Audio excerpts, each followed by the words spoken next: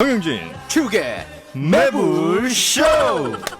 법조인 만나러 출발합니다. 세상에 이런 변이. 자, 지난주에 아주 호평일색이었습니다. 갑자기 존재감이 없다가 네. 많은 사랑을 받고 있습니다. 샵에 갔다 온 보람이 있습니다. 김정수 변호사. 아, 지금 반응 좋아. 네, 안녕하십니까. 3분을 위해서 3시간을 준비하는 변호사 김정수입니다. 네, 그래서 본인은 이미지 좋고 나는 쓰레기 됐어요. 지금 3시간 준비해갖고 온 사람은 왜 이렇게 발언권을 주지 않느냐고 난리가 났습니다. 재판 준비를 그렇게 해요. 이거 준비를 그렇게 오래. 자, 오늘도 샵 갔다 오셨습니다. 네, 맞습니다. 네, 오늘은 약간 내추럴한 느낌을 많이 줬군요. 네, 맞습니다. 네, 아주 멋있습니다. 고맙습니다. 그렇게 솔직히 샵에 가서 한번 얼굴 하면 얼마예요? 출연료보다 비쌉니다. 네? 출연료보다 비쌉니다. 헤어랑 메이크업 그러면 또 하면은 출연료 올리라고 또 난리 내가 욕 먹고 지금 최강희 때문에 출연료 스트레스 받는데. 아, 잘한다. 출연료보다 비싸요. 대신 얘기해 주던데. 왜냐면 이제 강남에서 하고 오니까. 워낙 비싼 데서 네, 하시구나. 네. 청담. 와. 강남, 청담 다르죠. 달라요? 다르죠. 왜? 강남 논현동은 아니죠. 청담이 다른 더 거야? 높은 거예요? 급이 높죠. 그런 거예요? 더 비싸죠. 청담이 강남구 아닙니까? 강남군데 달라요. 지역이 많으니까. 그건 국밥거리나 예산시장 가는 그렇죠, 것처럼. 그렇죠. 정확하게. 전혀 다른 거예요. 완전 다르다. 완전 다르다. 국적이 달라. 네, 죄송합니다. 그것도 역시 말실수했네요. 대단히 죄송합니다. 청담동에 갔다 왔다는 거 다시 한번 말씀을 드리겠습니다. 자, 그리고 요새 아주 인기가 많이 올라오고 있습니다. 아주 사랑스럽다. 그래요? 아름답다. 소녀시대 저 유나 닮았다. 이거는 형 의견인데. 이건 하나도 없었는데. 유나 없었어? 없었어. 없이 이상하네. 윤수경 변호사 어서 오십시오. 네, 안녕하세요. 네, 반갑습니다. 반갑습니다. 네. 그 결혼 전에 그 남성들한테 인기가 좀 많은 편이었습니까? 솔직하게 그 겸손 이런 거 하지 마시고 진짜. 아니 뭐 나름 뭐 인기가 괜찮았습니다. 많았어요? 그랬어요. 네. 정영진 씨가 제가 이제 우리 둘이 있을 때 저분이 그 댓글에 아주 예쁘다는 의견들이 많던데 하니까 예쁘잖아 인마.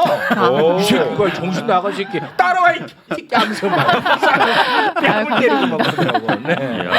이 샵 광고를 하려고요. 저도. 아니 뭐 예쁘시잖아. 그래. 그건 뭐 팩트인데고 뭐 어떻게? 죄송합니다. 네. 네. 감사합니다. 이 샵 쿠폰 끊고 있습니다. 인기가 많았다네요. 샵 다니세요, 윤수경 네, 님도? 저도 매번 다녀오는데 아직 청담까지는 진출 못했고 정답은 아니고요. 네, 고맙습니다. 쿠폰은 끊었습니다. 네. 자, 그리고 판사 출신 변호사입니다. 신중권 변호사 어서 오십시오. 네, 안녕하세요. 신중군입니다. 네, 반갑습니다. 사실은 이 친구 오기 전까지만 해도 저 옷을 잘 꾸미시네 막 이런 얘기 들었었는데 세상 출에. 네, 오늘 보니까 세상 남루하기 이럴 게 없으시더라고요. 없을 때 좋았는데 세상이 바뀌었네. 네. 제가 없는 사이에. 밖에서 자다 왔어? 이렇게 질문을 할 뻔했어요. 어제 집에 안 들어갔어요. 네, 고맙습니다. 자, 그럼 오늘 이제 준비한 소식 세 분이 오셨는데요. 이제 9분 남았습니다. 네. 야, 못하겠네 나는. 자, 먼저 김정수 변호사님 뭐 준비한 내용 뭡니까? 그 김상혁 씨가 한 유명한 발언 중에 네. 술은 마셨지만 음주운전 하지 않았다. 네. 아주 유명한 발언이잖아요. 그 발언이 어떻게 생각하세요? 성립할 수 있다고 보시는 거예요? 술은 마셨지만 음주운전 하지 음주운전은 않았다. 아니다. 그렇지. 될 수 있지. 이거 운전 안 했으면 술은 마셨지만 음주운전은 아닌 거죠. 근데 운전을 했는데 했다는 가정하에 법적으로 이제 음주운전이 안 되는 음주운전 경우가. 기준엔 미치지 않았다는 의미로 해석할 수 있지 않을까요? 그러니까 제가 사례를 두 가지를 준비해 왔는데요. 네. 지금 현행법에 따르면 체내 알코올 농도가 0.03일 경우에 이제 음주운전으로 보잖아요. 네네. 이게 원래 과거 0.05%였는데 네, 2020년에 개정으로 좀 더 강화된 낮아졌고, 거죠. 네 그래서 이게 그러니까 알기 쉽게 말하자면 이게 UFC 월드컵 기준으로 했을 때 그 정도 체중으로 했을 때 소주 한 잔만 마셔도 네. 바로 걸리는 수치. 한 잔도 걸려요. 한 잔만 마시면 나올 수 있는 수치라고. 그러니까 상당히 상당히 이거는. 네네 네. 이거는 한 잔 애매하다 뭐 이런 경우가 많거든. 맞아요. 잘한 거야 이거는 아예 그냥. 네네. 그래서 아주 한 잔만 먹어도 음주운전에 걸리기 때문에 그럼 사람들은 어떻게 안 걸릴 수 있는 무죄가 나올 수 있는 사례가 있을 수가 있느냐?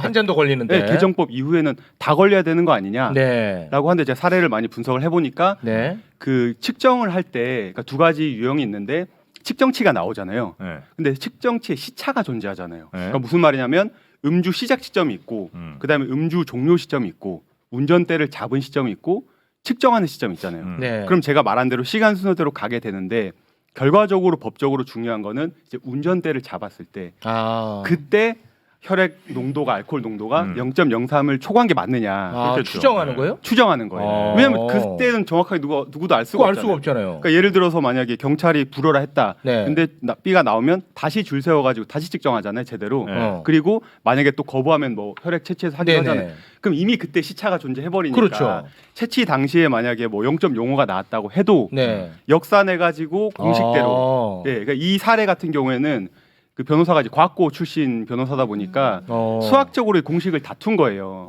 예, 그러니까 위드마크 그래요? 공식이라고. 위드마크. 예, 아주 네. 그러니까 음주에 관련해서는 전 세계적인 그냥 국제 기준이라고 보시면 되는데 네.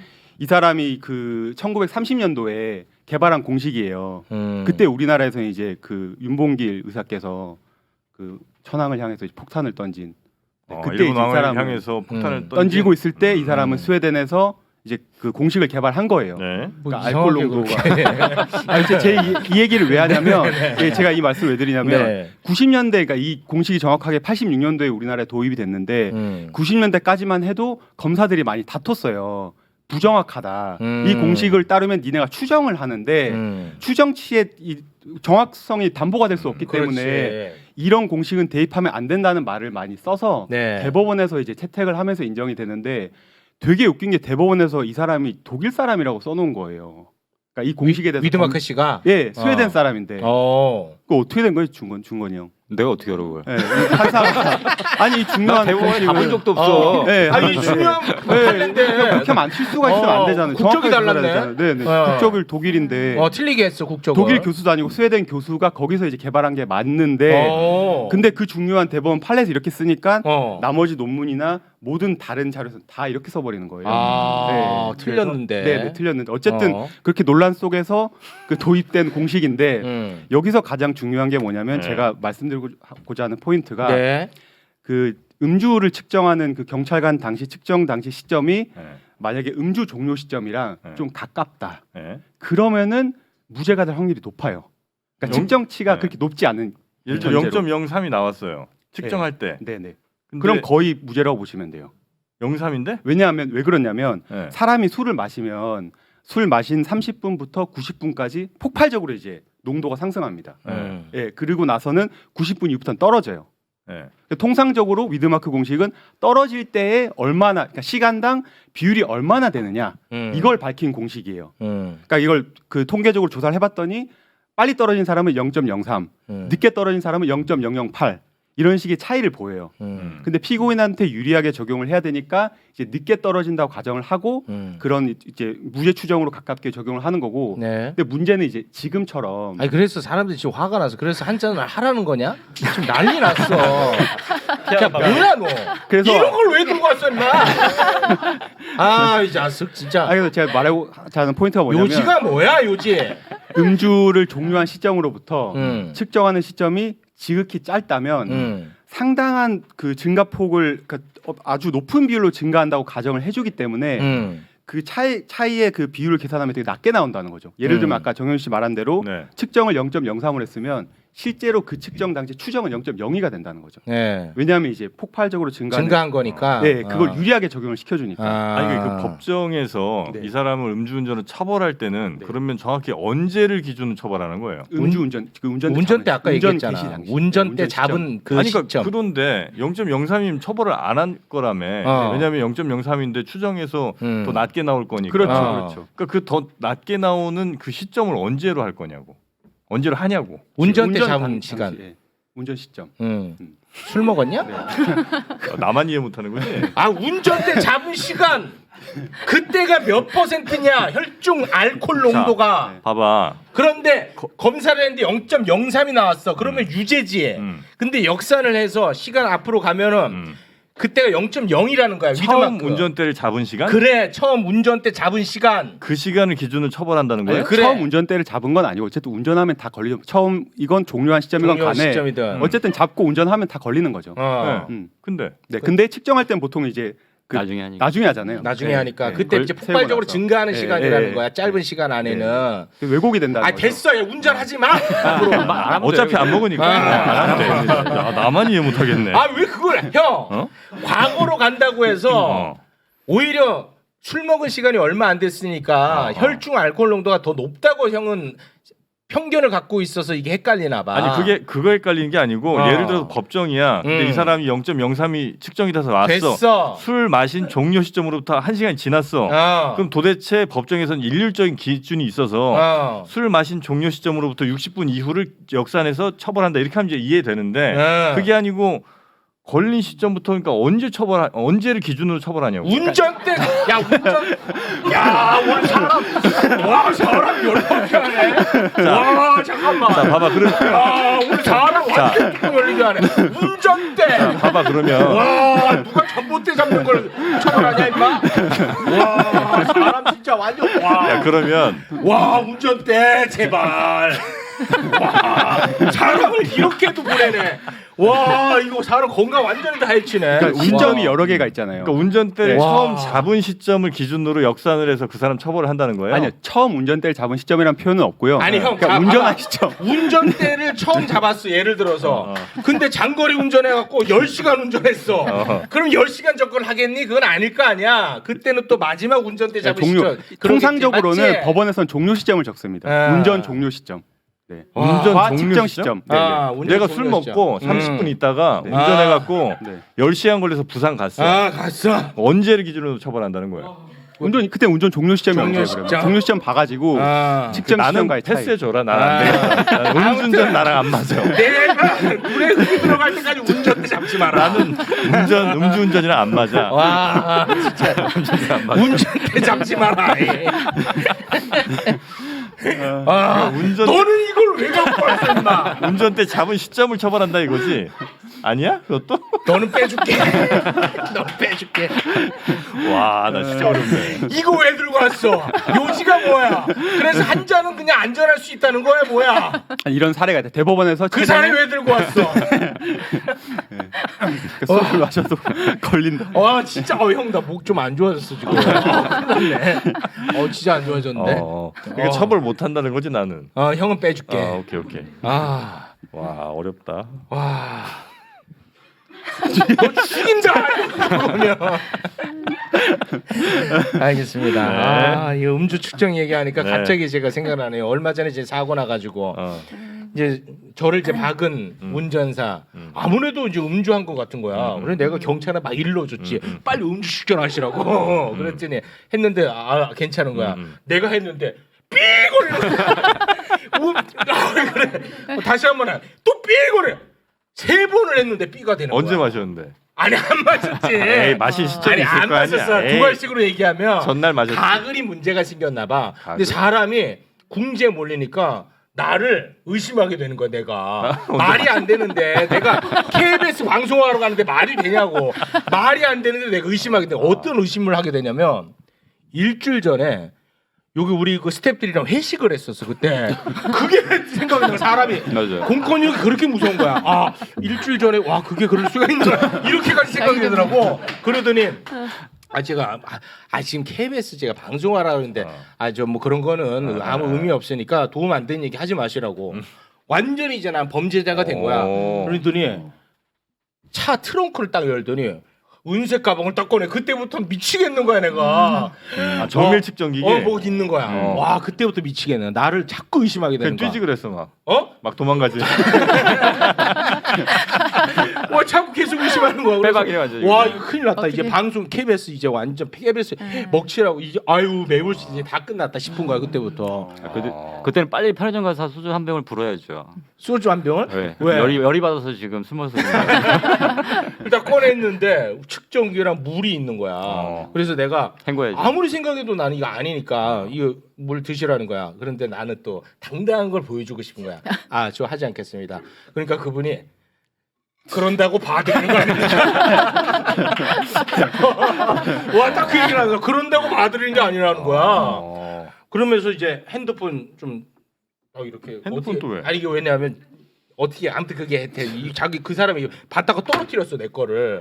그런데도 내가 괜찮습니다. 내가 결론만 얘기하면 0이 딱 나오더라고. 아니 원래 그 가글인가 그걸 하면 원래 이렇게 나와요. 그래서 하지 말라고 돼 있어요. 가글을 하고 갔는데 그게 문제가 됐던 것 같아. 내 추정이야 그거는. 그래서 그 술 먹은 사람이 그 술 냄새 없애겠다고 가글 해가지고 더 높이 나온 수치가 있어요. 와. 그렇게 치면 안 돼요. 야, 알코올 성분이 공권력이 있기 때문에. 그렇게 압력을 가하니까 야 나를 의심하더라고. 안 먹은 게 확실한데도. 근데 최욱 씨 원래 새가슴이잖아요. 네. 원래 조금만 불러도 막 벌벌 떨면서 전화하고 막 그런 네. 사람이잖아요 원래. 그런 사람이 거기 경찰이 그랬으면 어떻겠을지 다 보이네요 그냥. 대단히 죄송하다는 말씀드리고 예. 있고요. 네. 아니 그 엔딩이 그저 그 음주 한 걸로 했어야지 왜 이렇게 재미없게 스토리를 짰냐고 하는데 야 임마 말도 안 되는 소리를 해. 이게 뭐 정신 나간 놈들이야. 엔딩이 재미가 없대. 아 다시 안 볼 수 있었는데. 자 우리 판사 출신 신중권 변호사님 어떤 내용 준비해 오셨는지요? 제가 할까요? 네. 예. 그래서 그 전세 사기 때문에 좀 난리잖아요. 그래서 좀 뭐 많은 얘기를 들으셨겠지만 제가 혹시나 이거 모르실 수 있어서 두 가지 정보를 좀 드리려고 갖고 왔는데요. 첫 번째가 이제 그 주택도시보증공사 줄여서 이거 보통 이제 허그라고 부르는데 네. 허그에서 이제 전세자금 대출 받으면서 전세보증금 반환보증까지 같이 된 결합된 상품이 있어요. 아, 보증인 같은 거예요? 아니 지금 보험을 들어주는 거죠. 보험이에요. 같이. 그러니까 대출 보험이야. 주면서. 네. 네. 그래서 이게 이름이 뭐냐면 전세금 안심 대출 보증이라는 상품명이에요. 이거는 기본적으로는 전세금 반환 보증이 기본으로 되어 있는데 근데 전세 자금 대출 받았으니까 거기에 대한 보증까지 특약으로 들어가 있는 거란 말이죠. 근데 문제는 뭐냐? 이게 원래 어플 보면 두 개의 보증을 쓴 것처럼 돼 있잖아요. 근데 보증서가 한 장이에요. 그리고 보증 번호도 하나예요. 근데 이게 만약에 우리가 갱신하거나 그러면 이거를 보증 기간이 바뀌었으니까 갱신하거나 연장해야 될 거 아니에요. 근데 우리 보통 이제 뭐 보증 허그에서 알아서 해주겠지라고 전세 연장할 때. 예, 예. 아, 네. 그러면 보증 증권 다시 연장해가지고 계약을 다시 하거나 해가지고 갱신해야 되거든요. 아 그래요? 왜냐하면 한 번 모든 게 보증 기간이 있어요. 근데 그 보증 기간은 전에 있었던 임대차 계약 기간만일 거 아니에요. 대체로 2년이겠네요. 네. 그러니까 근데 이제 갱신되면 더 늘어났잖아요. 그러면 어. 새롭게 된 거에 대해서는 보증을 안 해주죠 원칙적으로. 아 그래요. 그러니까 한 번에 딱 끝이 아니에요. 그러니까 이거 갱신할 때는 그러니까 연장했을 때는 반드시 이것도 연장을 해야 되는 연장을 거예요. 해야 되는구나. 그리고 임대인이 바뀌면 또 가서 얘기를 해야 돼요. 아 그래요. 왜냐하면 나중에 이게 안 돌려주면 결국 임대인한테 구상을 해야 되는 입장이기 때문에 임대인이 어떤 뭐 신용이라든가 이런 게 굉장히 중요해요. 그래서 평가한단 말이죠. 그래서 만약 그걸 안 했을 경우에 나중에 반환을 거부한단 말이에요. 야, 이거는 그래. 자칫 정말 야. 잘못하면 근데- 까먹을 수 근데 있겠다. 문제는 자동으로 될 것 같아. 근데 문제는 이게 아니에요. 지금 그게 또 아니야? 이거는 또 많이 또 알려졌기 때문에 또 그러는데 문제 뭐냐면 아까 보증 기간이 두 개라고 그랬잖아요. 하나는 전세 보증금 반환 보증에 대한 보증 기간 연장, 네, 네. 하나는 전세자금 대출 보증에 대한 연장. 네. 근데 저희 의뢰인 사건에서는 뭐 어떻게 했냐면 이 전세자금 대출에 대해서만 보증 기간을 연장해주고 전세보증금 반환 보증에 대해서 연장을 안 했어요. 근데 그 보증서 자체가 새로 발급됐으니까 사람이 새로 보증서를 받았으니까 어떻게 생각하겠어요? 다 됐겠지라고 생각했잖아요. 그러니까 근데 이제 보증금하고 대출금을 나눠서 설명하고 있는 거죠. 그러니까 보통 이제 자기 돈으로 보증금을 지급하기도 하지만 대출받아서 하는 경우가 더 네, 많잖아요. 그렇죠. 그러니까 그런 네. 경우를 그러니까 예. 대출까지 받은 경우 이 경우에 그래서 자기는 다 됐겠지 했는데 다시 나중에 이제 그 기간 중간에 이제 해지를 해가지고 전세보증금 반환을 요구했더니만 임대인이 안 줘서 보증기간에다 허가한테 얘기했더만 못 주겠다는 거예요. 그래서 왜 못 주냐? 그랬더니 전세보증금 반환 보증에 대해서는 보증기간 연장이 안 됐다는 거예요. 보증금에 대해서는. 네. 그래서 보증서 봐라. 좀 보니까 맨 밑에 이거는 전세자금 대출에 대한 보증만 연장된 것입니다. 요만하게 글 써 있는 거예요. 아 대출금만 해준다는 근데 이거에 거. 대한 설명이 전혀 없었어요. 아. 그 이제 와서는 달라고 하니까 못 줘. 야, 와. 바로 이게 안 됐지 않냐. 큰일 났네. 그러니까 반드시 보증 기간이 두 가지입니다. 두 가지야. 전세금 안심 대출 보증이라는 그 상품에 가입하신 분은 반드시 보증 기간 두 개 다 연장이 되는지를 확인하셔야 돼요. 그러니까 예를 들어서 5억짜리 전세면 한 예. 3억 대출을 받아서 예, 이제 낼 텐데 예, 그렇죠. 2억하고 3억 다른 거야. 다른 그렇죠, 거죠. 다른 거죠. 2억은 2억, 이제 원래 이제 집주인한테 받아야 되는 거고 3억은 그 기관에 다시 돌려줘야 되는 예, 그렇죠. 돈인데 이걸 이제 집주인이 어떻게 문제가 생겨서 못 받게 되는 경우에 원래는 그 2억에 대해서도 예. 보험에 의해서 나는 보장을 받을 수 있는데 네. 그걸 이제 못 받는 경우도 전체 생긴다는 금액을 거죠. 지금 거부하고 있어요. 전체 금액을. 예. 어. 그러니까 예를 들면 조심해야 지금 되겠다. 5억이라면 5억 전체에 대해서 거부를 하고 있단 말이죠. 그러니까 이거 지금 진짜로 그래서 지금 소송 중이에요. 네네네. 그러니까 이걸 조심하셔야 되고 또 한 아니 가지 그거 왜 고지를 안 해줘요, 그거? 대부분 그래요. 그다음에 특히나 아유. 지금이야 만약 문제가 돼서 그렇지 처음에 가입할 당시만 해도 그냥 다 들어줬어요. 웬만하면. 그때 허그가 특히나 심사가 굉장히 부실해요. 그래서 서울보증보험에서 거부된 사람들이 다 허그 가서 가입했어요. 그만큼 심사가 완화돼 있다는 거였죠. 그러니까 지금 막 문제가 돼서 지금 막 못 돌려 몇 천억을 지금 물어줘야 될 네네네. 상황이 된 거고 또 한 가지가 있어요. 이 전세보증금 반환보증 기관하고 전세자금 대출 보증 기관이 다른 경우가 생길 수 있어요. 아까는 한 군데서 허그에 다 했잖아요. 이제는 전세자금 대출 받은 거는 기관 예를 들면 서울보증보험에서 그거는 저기 보증을 했고, 그다음에 전세보증금 반환보증에 대해서 허그에서 했단 말이에요. 근데 어떻게 되냐면 전세자금 대출 받을 때 어떻게 하냐면 보통 금융기관에서 어떻게 하냐면 질권을 설정해요. 질권이 뭐냐면 뭐야? 우리가 돈을 빌릴 때 담보, 부동산 같은 경우에는 근저당권을 설정하잖아요. 네. 근데 이게 부동산 없어. 그러면 채권에 대해서 채권을 담보에 제공하는 게 질권이에요. 그러니까 예를 들면 뭐냐면 이 사람 임차인 같은 경우에 나중에 계약 기간 끝나면 임대인한테서 임대차 보증금 반환을 구할 수 있죠. 청구할 네, 수 있죠. 그렇죠. 이 권한에다가 이게 담보를 설정하는 거예요. 그 질권이라고 하거든요. 그러니까 보증금에 설정하는 거네. 그렇죠. 결국은 그렇게 되는데 그렇게 해가지고 원래 금융기관 다 제공한단 말이에요. 보통 요구하니까. 그래서 그렇게 한 다음에 이제 전세자금 반환보증보험에 이제 가입하려고 하는데 이게 또 요즘은 어떻게 많이 하냐면 인터넷으로 많이 해 온라인상에서. 그래서 거기 보면 뭐라고 돼 있냐 요만 조그만 문구로 혹시 다른 금융기관에 담보를 제공한 것이 있습니까? 물어봐요. 그럼 표시하게 돼 있단 말이에요. 예 아니요로. 근데 보통의 담보 제공이라고 하면 사람들이 뭐 근저당권 설정하거나 이런 걸 생각하지 질권이라는 개념 생각 안 자체가 해. 없어요. 그러니까 당연히 없음 이렇게 표시했어요. 그래가지고 이제 다 그냥 보증금 발급됐어요. 그래가지고 이제 김대창이가 끝나가지고 집주인이 안 주니까 허그에다가 보증금 돌려주세요. 돌려줘라. 거부해요. 왜 너 금융기관에 거짓말했냐? 금융기관에 직권 설정한 거 있잖아. 이거 왜 알리지 않았어?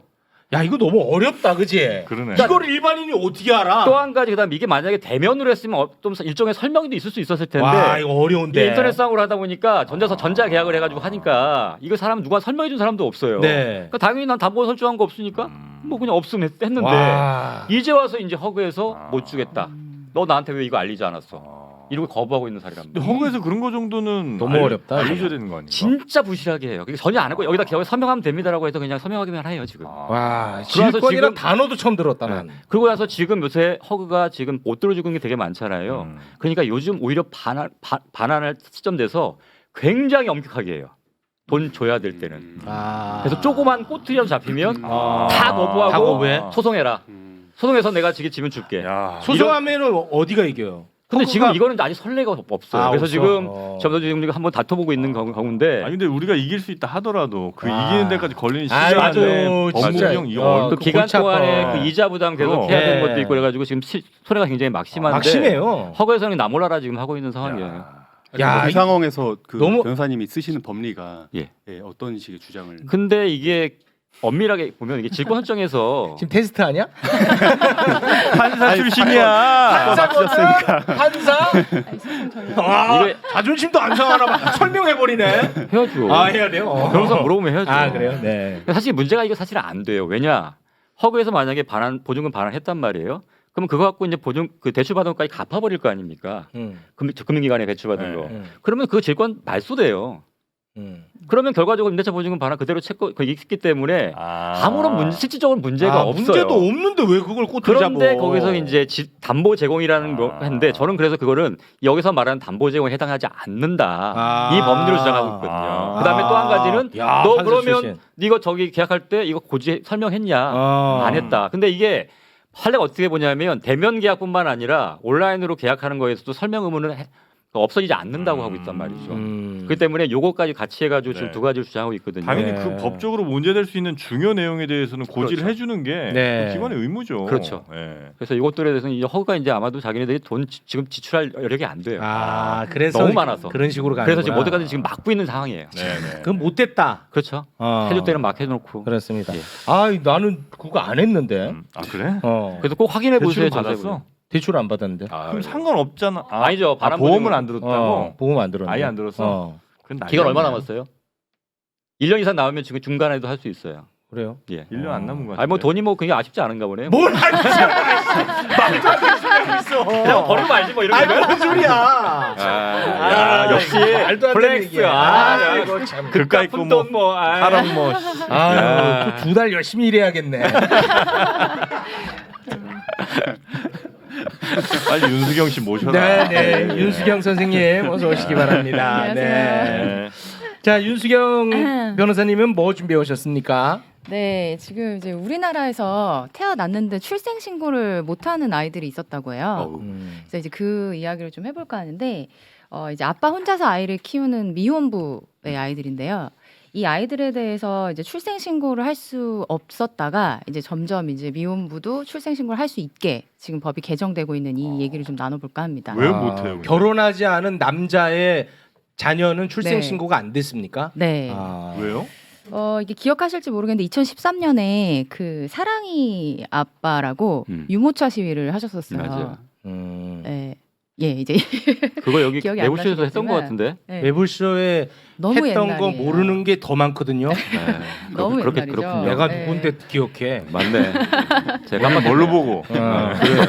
제가 너무 과다한 거예요. 네, 다시 설명을 해드리겠습니다. 네. 그래서 이제 13년에 이제 한 아빠가 유모차 시위를 했어요. 네. 당시에 이제 미혼부는 아이의 출생 신고를 할 수 없었기 때문에 음. 자녀를 출생 신고할 수 없다라고 하면서 이제 시위를 시작했고요. 해달라고. 네, 할 수 있게 해달라. 네. 내 아이의 출생 신고를 내가 할 수 있게 해달라. 네. 라고 하면서 이 문제를 공론화를 했습니다. 그러면서 이제 2015년에 이제 이 시위를 계기로 해서 사랑이법이라고 불리는 법이 개정이 됐는데요. 그래요. 네. 당시에는 이제 미혼부가 자녀를 출생 신고는 할 수는 있다라고 되었는데 제한이 있었어요. 이제 엄마의 이름을 몰라야 한다라는 게 그 제한이었는데 누가 누가 몰라요? 몰라야 돼요? 아이가? 미혼부가 다. 미혼모의 이름을 몰라야 한다. 미혼부가? 네. 아, 아빠가 네, 어떻게 아빠가 모를 수가 엄마의 있어? 이름을 몰라야 한다라는 예를 들면 제한이 하루 있었어요. 밤에 이렇게 관계를 근데 맺어가지고 그 애가 어떻게 경우가 나한테 와? 잘 없죠. 근데 거의 그거는 어떤 없죠. 법 취지로 그런 조건이 붙었던 거예요? 근데 이건 이제 엄마가 특정이 되지 않아야 대신해서 친부가 출생 신고를 할 수 있다라고 해서 2차적으로 신고를 할 수 아니, 있도록 열어준 잠깐만. 아니 거예요. 애 출산을 할 거 아니야. 그러면은 애를 그- 나한테 갖고 와 병원도 데려왔으니까 가야 내가 되고 그럼 뭐 다 해야 되는데 어떻게 이름 말하지 마 끝까지 뭐 이런 것도 아니고 아니 그 말이 그 좀 어떤 있겠죠. 법 취지인지를 이게 모르겠는데 혹시 그런 거 아니에요? 그냥 애를 어디서 막 유괴든 뭐든 하여튼 아. 신생아를 이게 그럴 수 아저씨 있죠. 하나가 네, 그럴 수 데려와서 있죠. 네. 그래서 그럴 수 내가 등록하려고 그러니까 이런 건 내 의심하니까 안 된다. 왜냐 엄마가 있는 경우는 엄마는 이제 맞아요. 맞는지 아닌지 확인할 수 있지만 아빠는 맞아요. 이거 확인 안 되니까. 그쵸. 예, 맞아요. 그래서 미혼부 맞습니다. 맞아요 맞아요. 이게? 그런 어, 취지긴 해요. 그런 취지일 것 예. 같은데. 그리고 제가 조금 자료를 네. 쳐다보다 보니까 이제 뭐 친모만이 출생 신고를 할 수 있게 된 배경이 그 축첩제도에 있었다고 해요. 그게 뭐예요?